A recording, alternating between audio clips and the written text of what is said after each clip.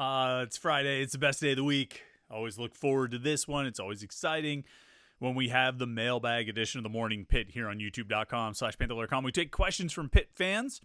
You guys ask your questions. Over the last few days on the message boards at Panther-Lair.com, the Between Fifth and Forbes premium message board, all the questions came in, and we answer as many as we can here on the Morning Pitt on youtube.com/Panther-Lair.com. Some of the questions are from last week. We had a few left over that we didn't get to. Then we had some new questions this week, and we're going to combine them all together, and we're going to talk about them. We're going to answer them all. If we can fit it into our 20-minute window. So let's jump into it. We got questions about football. We got questions about basketball, questions about recruiting, questions about conference expansion and realignment. We got questions covering all the topics, and we'll answer all of them right here on the Morning Pitt Mailbag on youtube.com/Panther-Lair.com.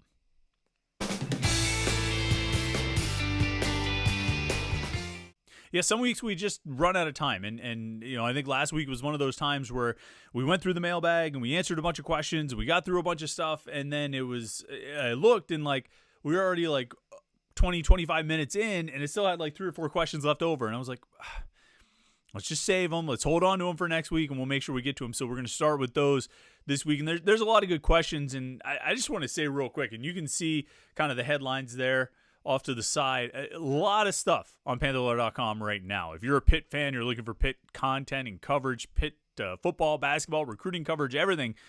It's right there, Panther-Lair.com, Panther-Lair.com. I mean, we've got, you can just look down the headlines right there.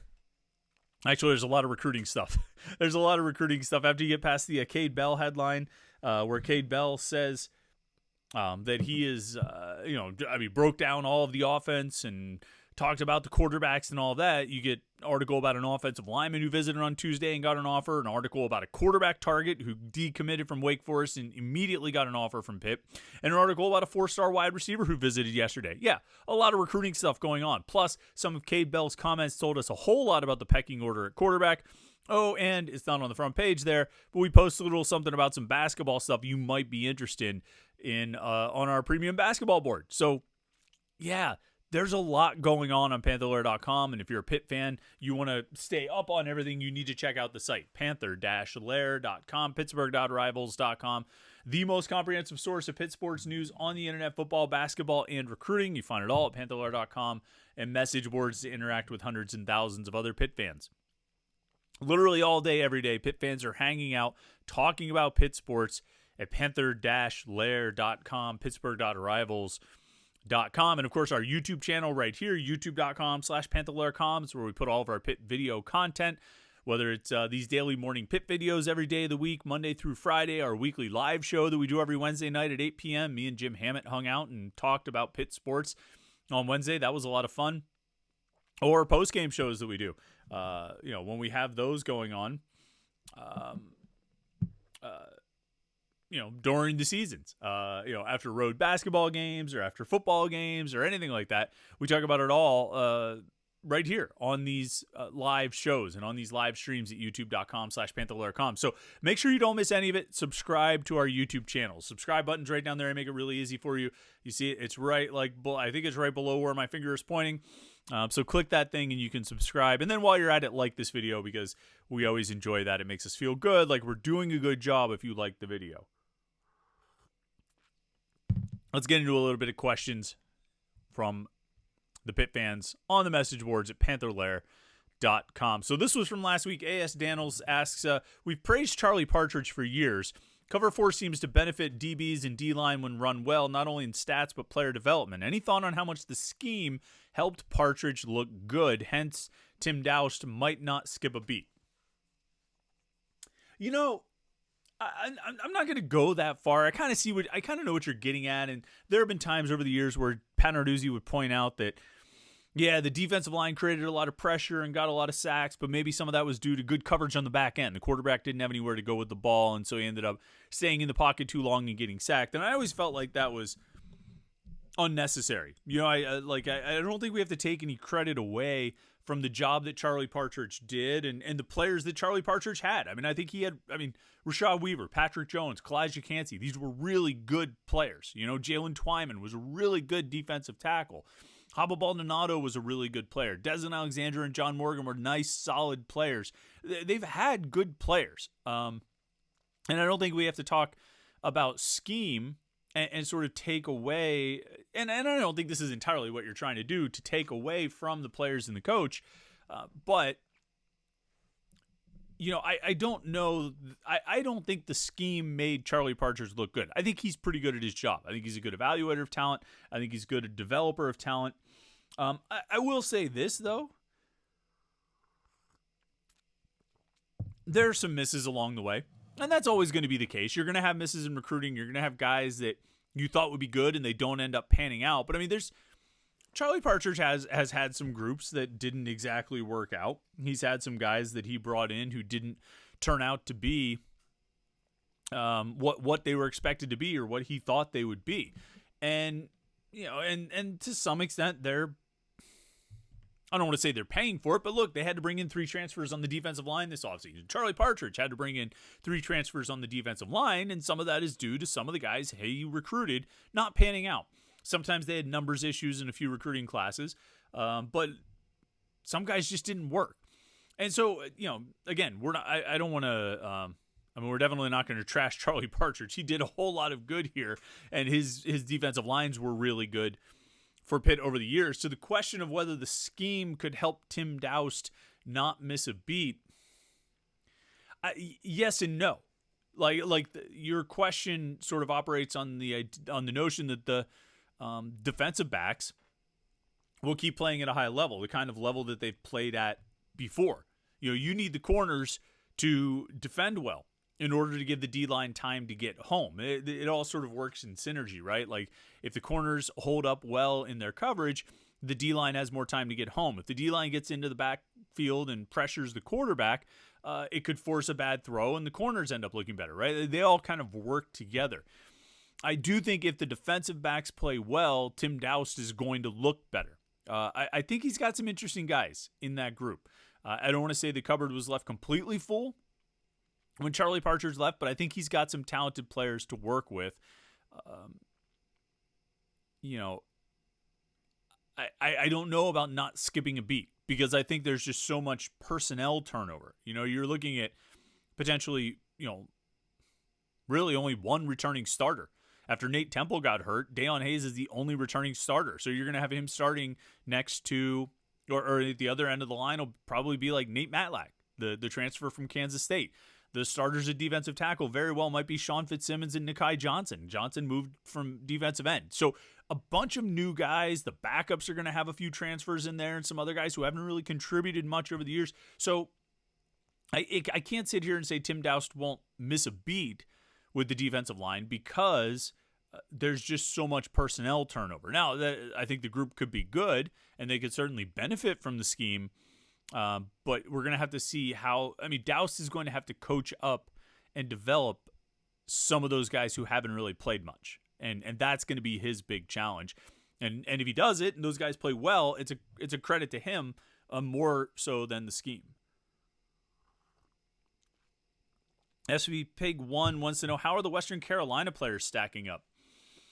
So they've got 3, really. I'm counting Raphael Williams as a Western Carolina transfer. I know he came to Pitt directly from San Diego State, but I'm counting him as a Western Carolina transfer. He was at Western Carolina. He never played at San Diego State. He sat out last year, before he transferred to Pitt. The most recent time he played in a game was at Western Carolina. He made his money, so to speak, proverbially speaking, at Western Carolina. And so I'm counting him among those transfers. It's him, it's C.J. Lee, Sincere Lee, the other wide receiver, and Desmond Reed, the running back. Cade Bell did say yesterday that Sincere Lee has probably made more deep catches than any other receiver on the team, which is promising. He said Raphael Williams, I think, had 3 touchdowns in the scrimmage, which is promising. Desmond Reed, we haven't heard a whole lot.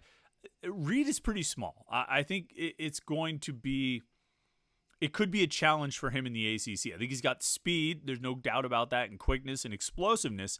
But it could be a challenge for him to hold up in the ACC at his size. But that doesn't mean that they can't find a role for him. I think you can find a role for a guy with his kind of playmaking ability It just may not be an every down, 3 down back role. It might have to be a 3rd down back.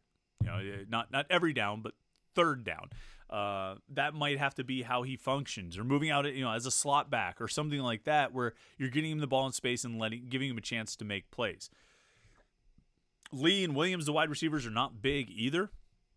I think they'll be in the mix, though. I think your starters will probably be the 3 guys who are returning from last year, the 3 main guys, Konate Mumfield, Dejon Reynolds, and Kenny Johnson. But behind them, I think it'll be a mix of Lee, Williams, Lamar Seymour, Zion Fowler-El. Probably Israel Polk will be in the mix there. So you'll have they'll be on the field, they'll play. All 3 of the guys who came from Western Carolina are fast and explosive. All 3 of them put up big numbers in this offense. 2 of them as recently as last season, and the other one 2 years ago. So there are a lot of components that you like. There's a question about size, and there's a question about stepping up to a higher level of competition. And those, it's tough to gauge how you'll do against a higher level of competition when you're only playing against your own team. So those guys are making some plays. We'll see what happens in the fall. But I do think we'll see, certainly the receivers and probably Reed, the running back, a decent amount, throughout the season playing for this offense.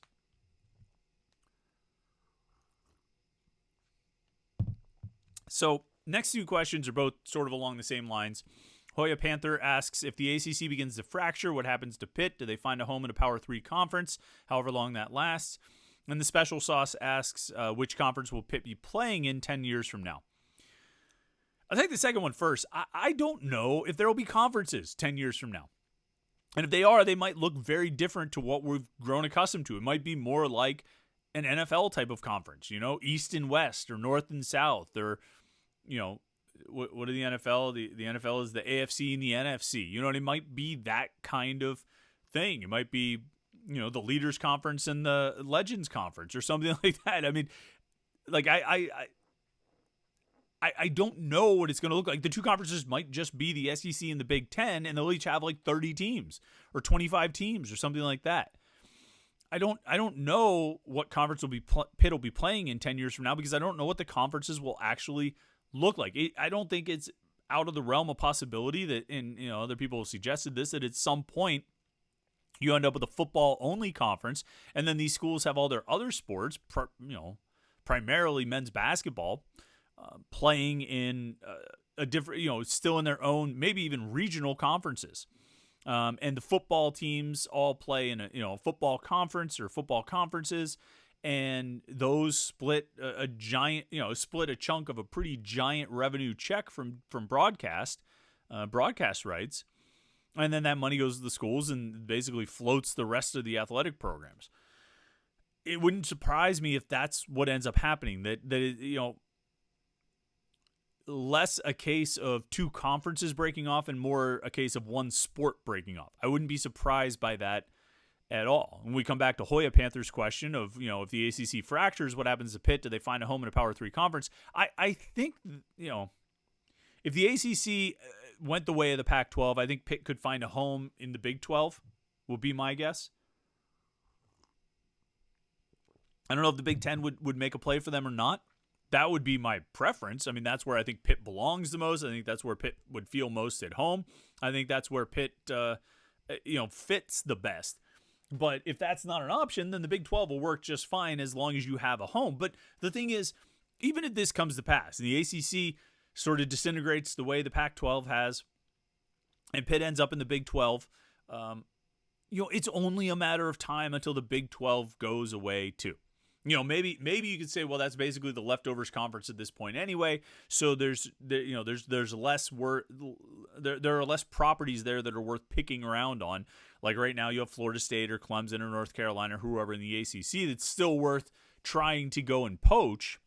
Whereas the Big 12, if it ends up just being that leftovers conference, there might not be much to poach. So then it's a question of not does Pitt find a home? It's a question of does that conference find a home? And again, you come back to what the Special Sauce, my answer to the Special Sauce's question here of like, maybe it ends up being a football-only conference. I just don't know. I just don't know what all of this is headed toward. because I don't know what college sports are headed to as a whole. I mean, it is so drastically different now than it was 5 years ago, even to some extent about 3 years ago. It's so it has changed so much, and it very much does not feel like we're at the end point. I mean, this is the journey, not the destination, because I mean, this can't be a destination. It's completely untenable as a destination. Things are we're still working through it, and the sport is still evolving and changing. They're not at their final spot yet. Their terminus. When will they get there? I don't know. And what will it look like when they do? I don't know. And what will Pitt's place be? I don't know. And some people have said, like, oh, this is the worst time for all this upheaval when Pitt's coming off a 3-9 season. I don't think that matters. I think it's, I don't think the 3-9 season hurts them any more than the 11-3 season helped them. I really don't. I think that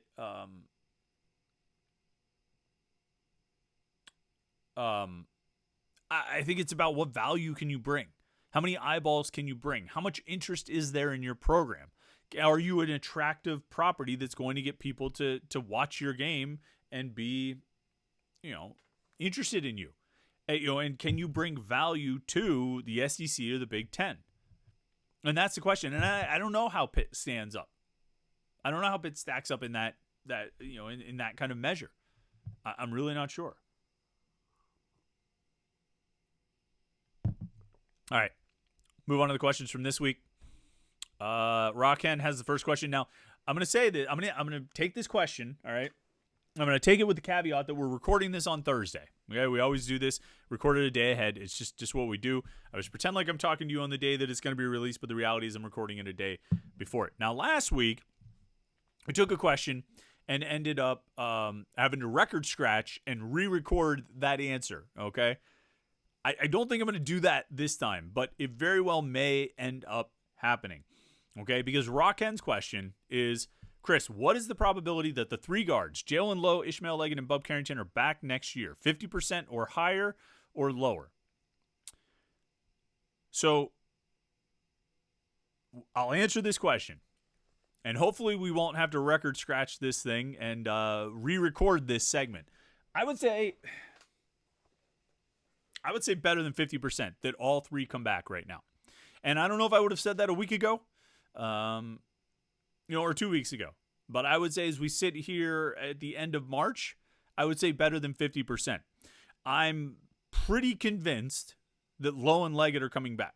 And this is the part that might end up having to get record scratched because, who knows, between the time I record this and the time it gets released, maybe there's some kind of announcement. But I really think it's that close. I think it's that close that we'll hear something official from Lowe and Leggett or from Pitt or from all three parties of Lowe, Leggett, and Pitt announcing that those guys are returning. I think they're going to be back. And I mean, that's obviously huge for this team. Bub Carrington is the bigger question. I think it's Pitt or NBA. For him. And I mean, I know I'm not the first person to say that. Jeff Capel said it himself. So that one is a little bit tougher because he has, I would assume he's going to go through the process, go through the draft process, try to get feedback and find out where he really stacks up. I don't know where he's going to stack up. So it's harder for me to put a percentage on him returning. But I think if he decides not to go to the NBA, then Pitt will be the place that he plays. So my confidence about Lowe and Leggett plus, kind of how that situation with Carrington is shaping up, I would go above 50%.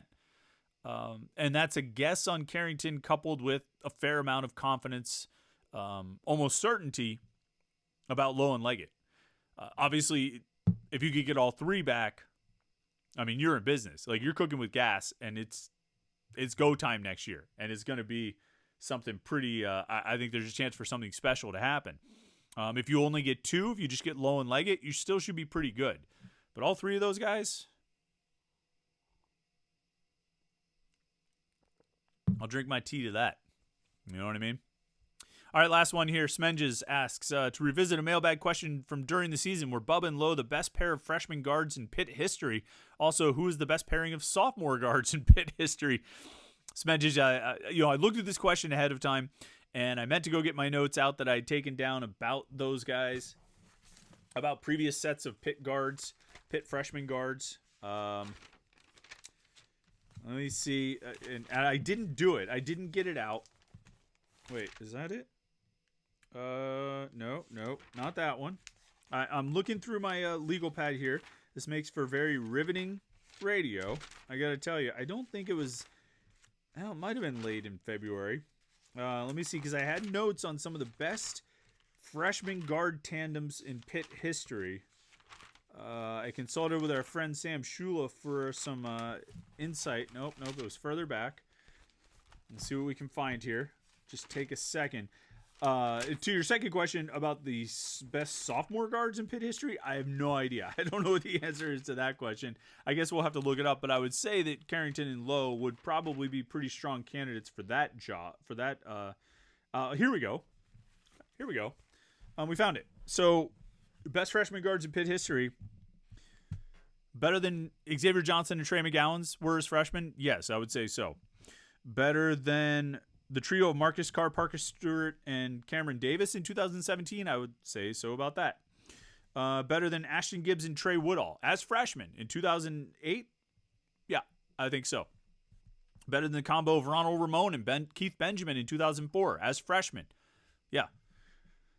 1995, Vonteego Cummings and Kelly Taylor. Cummings averaged 6-3-3. Taylor averaged 9-3. By the numbers, I don't have to look them up. Carrington and Lowe averaged better than that. 1987, Sean Miller averaged 9-2-6. Jason Matthews averaged 8, 1.5, and 1.6. That's pretty. Look, these are great players. Vonteego Cummings, Kelly Taylor, Sean Miller, Jason Matthews. Carrington and Lowe outperformed those guys. When was this that I was checking on this? This was right around late January. Yeah, it was in between the Georgia Tech game and the Miami game. So that was late January. The entire month of February and then the games in March all happened since then. And I think those two, Carrington and Lowe, solidified themselves as Pitt's best pair of freshman guards in school history. I'm comfortable putting him there. I forgot about that conversation, though, Smedges. I'm glad you brought it up and we could revisit it. I don't think there's any question. No disrespect to Sean Miller and Jason Matthews and Vonteego Cummings, but as freshmen, nobody's been better. Nobody. All right. Thanks so much to everybody who contributed to the questions. We appreciate everybody chiming in on the mailbag each week. We'll put that post up on Tuesday or Wednesday on the Between Fifth and Forbes message board where we take your questions about Pitt football or basketball or recruiting to answer them in next week's mailbag. But in the meantime, thanks for watching the video today. Thanks for watching the videos all week, as a matter of fact. Like this video and subscribe so you can stay tuned to all of our stuff here on youtube.com/Panther-Lair.com. And yeah, I hope you had a great week. I hope you have a great holiday weekend. I hope you enjoy it. And we'll be back at it with another edition of the Morning Pit on Monday morning for you right here on youtube.com/Panther-Lair.com.